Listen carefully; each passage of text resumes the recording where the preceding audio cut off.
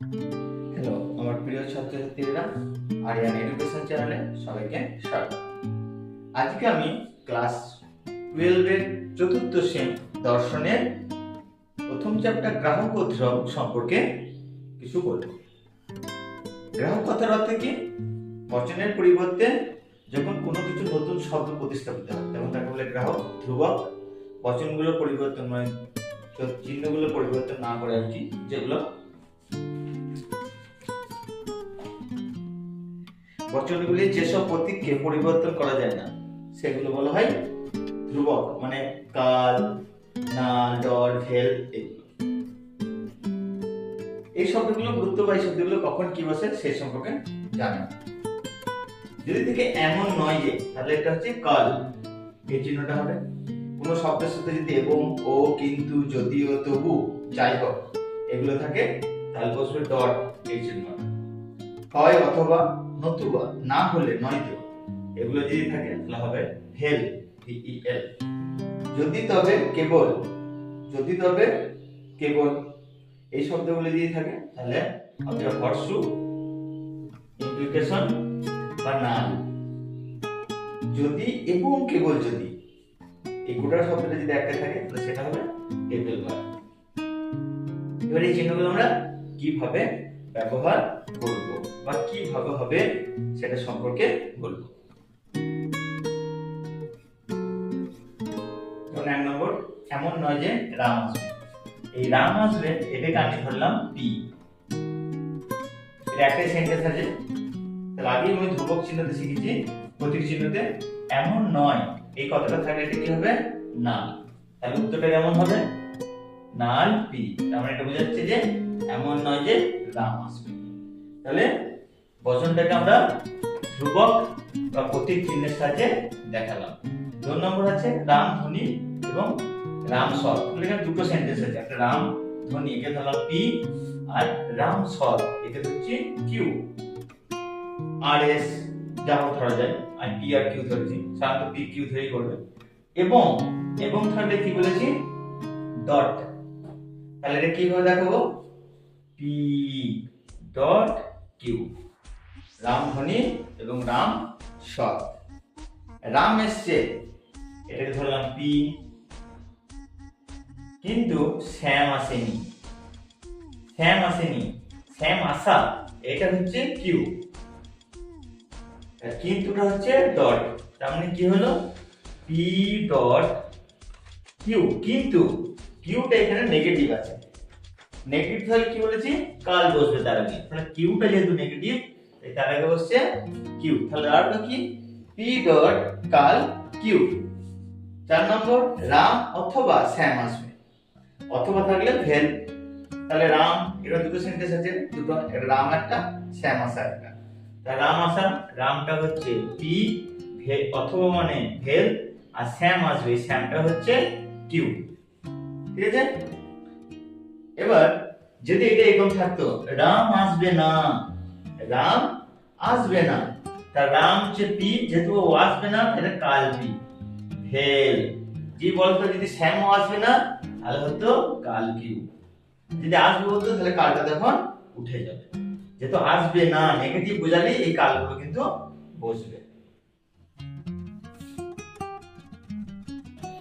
এবার 5 নম্বর, রাম, যদি রাম আসে তবে শ্যাম আসবে। এই যদি রাম আসে, এই রাম আসাটা, রামটা হচ্ছে এখানে পি, আর শ্যাম আসবে এটা হচ্ছে কিউ। তাহলে বলেছি আগে যদি, যদি তবে যদি একসঙ্গে থাকে তাহলে ক্ষেত্রে হবে ভেল। তাহলে উত্তরটা হবে পি ভেল কিউ।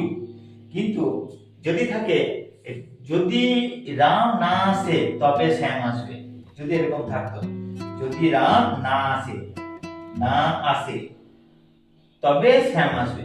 তাহলে যদি যদি নেগেটিভেশন আছে তাহলে নেগেটিভেশন থাকলে কি হবে? কাল ভি। ওকে? যদি নাটা যদি এখানে না থেকে যদি এখানে থাকতো, রাম আসবে তবে শ্যাম আসবে না, তাহলে আবার কিউটা হচ্ছে নেগেটিভেশন, শ্যাম আসবে না, সেজন্য কালটা এইখানে হবে। না কথাটা যার সঙ্গে যদি দুটোই না থাকতো তাহলে দুটোর ক্ষেত্রেই সামনে কাল চিহ্নটা বসে যেত। তাহলে এটা যদি শুধু নেগেটিভ নেই তাই জন্য কি হলো রাম আসবে, রাম আসাটা এখানে পি, আর শ্যাম আসবে, এই শ্যাম আসাটা এখানে কিউ। আর যদি তবে আছে একসঙ্গে তাহলে এই জন্য ভেল, পি ভেল কিউ। আচ্ছা 6 নম্বর ভারত জয়লাভ করবে। এটা একটা আছে ভারত জয়লাভ করবে, আর একটা আছে প্রথমে ব্যাট করে। দুটো সেন্টেন্স, ভারত জয়লাভ করা একটা আর প্রথমে ব্যাট করা। এখানে কনজাংশন বা সংযোজক অব্যয় কি আছে, যদি এবং কেবল যদি এই তিনটে কথা একসঙ্গে থাকে সেক্ষেত্রে কি বলেছি, যদি এবং কেবল যদি উপরে প্রতীক চিহ্ন দিয়ে বলেছি এই তিনটে যদি একসঙ্গে থাকে তাহলে এটা হবে ট্রিপল ভার্ব। তাহলে ভারত জয়লাভ করাটা পি আর প্রথমে ব্যাট করবে এটা হচ্ছে কিউ। তাহলে প্রতীক চিহ্ন দিয়ে কি দাঁড়ালো, পি ট্রিপল ভার্ব কিউ। বাস এটা আমি প্রতীক চিহ্ন দ্বারা দেখালাম। এবার যদি হতো ভারত জয়লাভ করবে না এবং কেবল যদি প্রথমে ব্যাট করে, তাহলে এখানে যদি নাটা থাকতো, না থাকলে এখানে তখন কাল বসে যেত। তার মানে বোঝাচ্ছে ভারত জয়লাভ করবে না এবং কেবল যদি প্রথমে ব্যাট করে। এখন এই নাটা যদি শেষে থাকতো তাহলে কি হতো, প্রথমে ব্যাট না করে, যদি এরকম করে থাকতো, নাটা যদি এখানে থাকতো তাহলে কি হতো, তখন এই কাল চিহ্নটা এখানে ভারত জয়লাভ করবে এবং কেবল যদি প্রথমে ব্যাট না করে। ওকে, তাহলে জ্যোতিষ চিহ্নগুলো কি সেটা আশা করি বোঝা গেছে এবং কিভাবে বসবে। প্রতীক চিহ্ন করে যদি আমি মুখস্থ ঠিকঠাক বুঝতে পারি তাহলে কিন্তু সেন্টেন্সে কখন কি বসবে সেটা অবশ্যই পাবে। এবার কি আছে, এই গ্রাহক বা জ্যোতিষ চিহ্নগুলো বসাবার একটা নিয়ম আছে প্রত্যেকজনের। কা, নাল, ভেল, টেফেল ভার্ব, এই চারটেরই একটা নিয়ম আছে। সেই নিয়ম কটা আমি লিখে দিচ্ছি এবং সেগুলো বুঝিয়ে দিচ্ছি। ডটের নিয়ম কিভাবে গঠন হবে, টি গুলো সবসময় সত্য হবে আর কিউ গুলো সবসময় মিথ্যা হবে।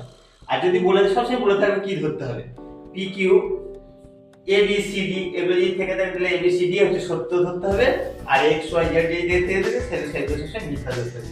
আমার পি কিউ আছে, এটা নিয়ম কি যে তোমার চারটে ঘর, চারটের ক্ষেত্রে 2 স্কয়ার মানে দুটো দুটো, তো দুটো টি দুটো এফ।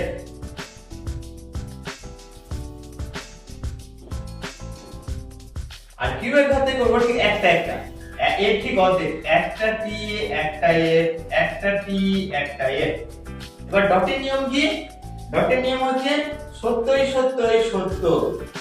কিরকম করে হলো, পিটা আমি কি ধরেছি এখানে টি, তাই পিটা টি, কিউটা টি, কিউটা টি দিয়ে সত্যই সত্যই কি হয় সত্য, এই ঘরটা হচ্ছে উত্তর থেকে। আবার সত্য মিথ্যা, এটা হচ্ছে সত্য এটা হচ্ছে মিথ্যা, সত্য মিথ্যা মিথ্যা। আবার মিথ্যা মিথ্যা, এটা এফ, এই ঘরটা এফ, মিথ্যা মিথ্যাটাও এটা মিথ্যা সত্যই মিথ্যা, এটা মিথ্যা মিথ্যা।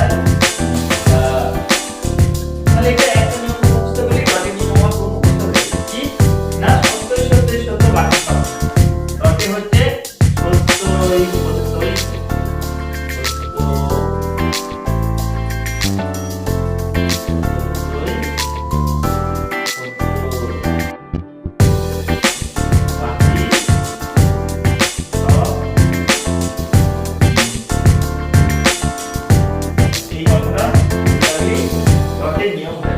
নিয়মে কি আছে ঠিক সেম করব কি, যেহেতু চারটে ঘর, চারটে মানে 2 স্কয়ার, তাহলে দুটো টি দুটো এফ, আর কিউটা হচ্ছে আবার টি এর অর্ধেক, 2 মানে 1, একটা টি একটা এফ, একটা টি একটা এফ। ভেলের নিয়ম হচ্ছে, যখন ভেলের নিয়ম আসবে তখন হচ্ছে কি না মিথ্যায় মিথ্যায় মিথ্যা, এই শেষ ঘরটা এখন নিলাম, মিথ্যায় মিথ্যায় মিথ্যা বাকি সব সত্য। মানে সত্যই সত্যই সত্য, সত্য মিথ্যাই সত্য, মিথ্যা সত্যই সত্য। সেটা এখানে লিখে দেবো কি না মিথ্যা মিথ্যাই মিথ্যা।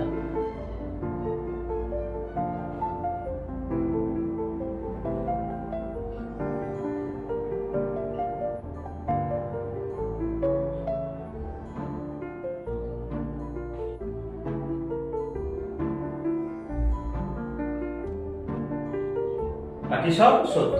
তাহলে স্ক্রিনশট নিয়ে নাও বা তোমরা এটা নিয়মগুলো একটু টুকে নাও ঝাড় করে।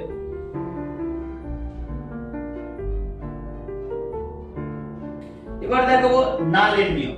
নালের নিয়মে কি আছে না, নালের নিয়মে হচ্ছে সত্য মিথ্যায় মিথ্যা, সত্য মিথ্যায় মিথ্যা, বাকি সব সত্য। অর্থাৎ সত্য সত্যই সত্য, মিথ্যা সত্যই সত্য, আবার মিথ্যা মিথ্যাতেও সত্য।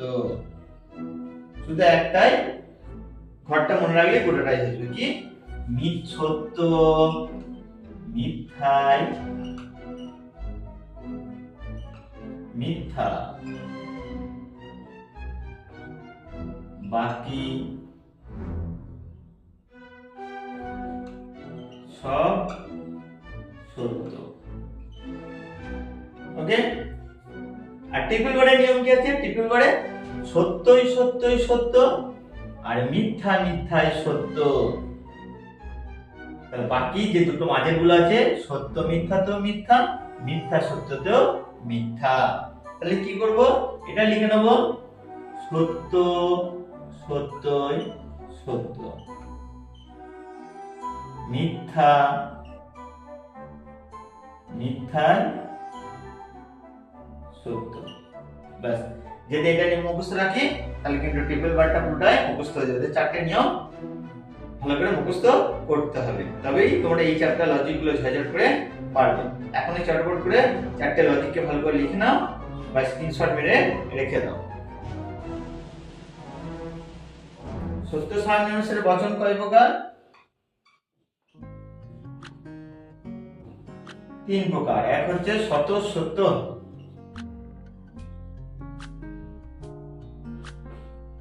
শত মিথ্যা,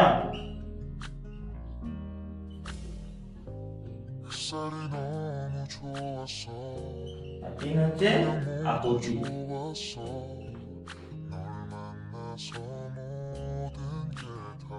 শত সত্য বচন কাকে বলে?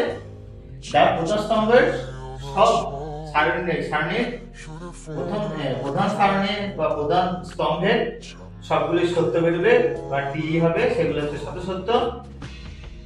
আর যার প্রধান স্তম্ভ বা শেষ সারণীর সবগুলোই মিথ্যা হবে, সেগুলো হচ্ছে শত মিথ্যা। আর যদি প্রধান সারণী বা প্রধান স্তম্ভে সত্য মিথ্যা উভয়ই মিশিয়ে থাকে তো সেটা হচ্ছে আপত্তিক বচন। এবার আমরা দেখাবো যে কিভাবে শত সত্য বা শত মিথ্যা বা আপত্তিক বচন নির্ণয় করতে হয়। পি ভেল ক্যালকিউ এটাকে সত্য সারণীর সাহায্যে দেখাও। পি ভেল ক্যালকিউ এর সত্য সারণী। সত্য সারণী তুমি কিভাবে করবে? পি ভেল ক্যালকিউ এটা করতে গেলে তোমাকে কটা ঘর নির্ণয় করতে হবে। এখানে কটা অক্ষর আছে? এখানে আছে পি আর কিউ, মানে 2 স্কয়ার। 2 স্কয়ার মানে 4টে। তাহলে তোমাকে ঘর করতে হবে সত্য স্তম্ভ সারণীর 4টে ঘর। তাহলে কি কি ঘর হবে? একটা হচ্ছে পি আর কিউ সব সময়কার জন্য হবে। তারপরে যেহেতু তোমার এখানে কিউ কাল কিউ আছে, তাহলে আমাকে আলাদা করে একটা কাল কিউ এর ঘর করতে হবে। আর একটা গোটা সিদ্ধান্ত বা প্রধান স্তম্ভ যেটা দেওয়া আছে এই ঘরটা করতে হবে। তাহলে পি কিউ কাল কিউ আর এটা প্রধান স্তম্ভ। ওকে, তাহলে এখানে প্রধান স্তম্ভটা নির্ণয় করব কিভাবে? তাহলে আগে বলেছি যে 4টা হয়, দুটো অক্ষর আছে 4টে, 4টে ঘর হলে কি হবে? 2 স্কয়ার 4, তার মানে হচ্ছে দুটো টি আর দুটো এফ। এবার টি যা হবে তার অর্ধেক হচ্ছে কিউ, অর্থাৎ টি এফ। এবার কাল কিউ এর উল্টো হবে, যার আগে এই কাল চিহ্নটা থাকবে বা নেগেটিভেশন থাকবে তার আসল যে ঘর তার উল্টো হবে। এখানে কি আছে? এটা কিউ, কিউ আছে এখানে টি, তাহলে কাল টি মানে হচ্ছে এফ। মানে 9 সত্য মানে মিথ্যা, 9 মিথ্যা মানে সত্য, 9 সত্য মানে মিথ্যা, আবার 9 মিথ্যা মানে সত্য। এবার প্রধান স্তম্ভ, এটা হচ্ছে প্রধান স্তম্ভ বা সিদ্ধান্ত। প্রধান স্তম্ভটা কি? পি কে নিয়ে আর কাল কিউ কে নিয়ে হবে। পি কি আছে? পি মানে এই ঘরটাকে নেবো আর এই ঘরটাকে নেবো। তাহলে এই ঘর আছে পি মানে টি আর কাল কিউ মানে এফ। দ্বিতীয় নম্বর টি আগে বসিয়ে নেব, টি আর এটা হচ্ছে টি। 3 নম্বর আছে এফ আর এটাও এফ। 4 নম্বরটা আছে এফ আর এটা এই ঘরটুকু আর এটা টি। এবারে এর মাঝে ভেলের নিয়ম। ভেলের নিয়ম কি বলেছে আগে? যে মিথ্যায় মিথ্যায় মিথ্যা, বাকি সব সত্য। এখানে মিথ্যায় মিথ্যায় আছে নাকি দেখবো একবার। এই যে মিথ্যা মিথ্যায় মিথ্যা, বাকিগুলো কিন্তু আর মিথ্যা মিথ্যায় আছে নাই, তা বাকিগুলো কিন্তু সব সত্য। এইগুলো হচ্ছে গোল দিয়ে দেবো, এগুলো হচ্ছে উত্তর। এবার এটা সত্য সারণী, সত্য মূল্য নির্ণয় করতে বলেছে কি, তিনটে যে বচনাকার বললাম, সত্য সত্য, শতমূল মিথ্যা, আর হচ্ছে আপতিক। তাহলে এটাই দেখবো যে প্রধান স্তম্ভ সবগুলোই সত্য হয়েছে কিনা। সব সত্য নয়, সব মিথ্যা যে কি নাই, সত্য মিথ্যা মিশিয়ে আছে, সেই জন্য এটা হবে আপতিক বচন। অতএব এটি আপতিক বচন।